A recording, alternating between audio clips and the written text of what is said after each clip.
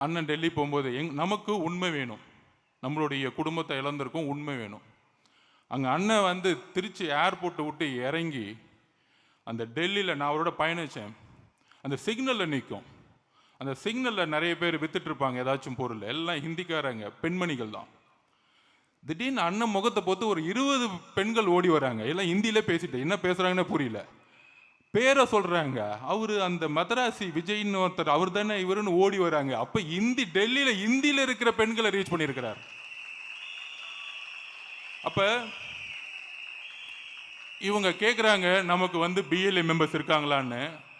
நமக்கான PLA members 70,000 பேர் இருக்காங்க, அது ஓகே.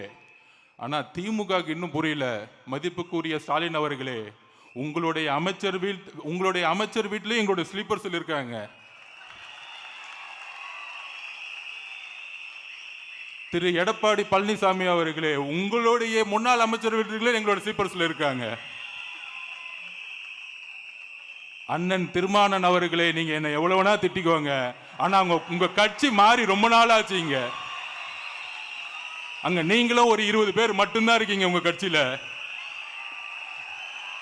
நாங்க ஏன் உங்களுக்கு பதில் கொடுக்க மாட்டேங்கிறோம்னா, ஒரு 20-30 கட்சி தலைவர்கள் மட்டும்தான் பேசிக்கிட்டு இருக்கீங்க, ஆனா தொண்டர்கள் மொத்தமா இங்க மாறிட்டாங்க.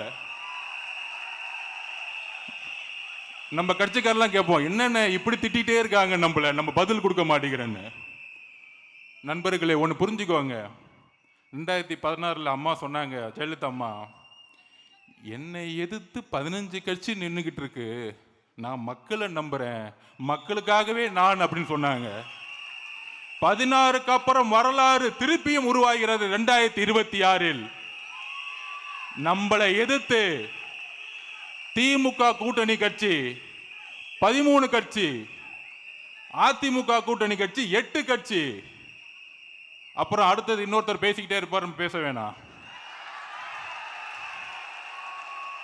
அப்ப ஆக மொத்தம் கிட்டத்தட்ட 24 கட்சி. அண்ணன் எப்படின்னு சமாளிக்கிறீங்க அப்படின்னு பக்கத்துல இருந்து கேட்கலான்னு பார்த்தேன். அதுதான் நம்பிக்கை, மக்கள் அவர் மீது வைத்த நம்பிக்கை.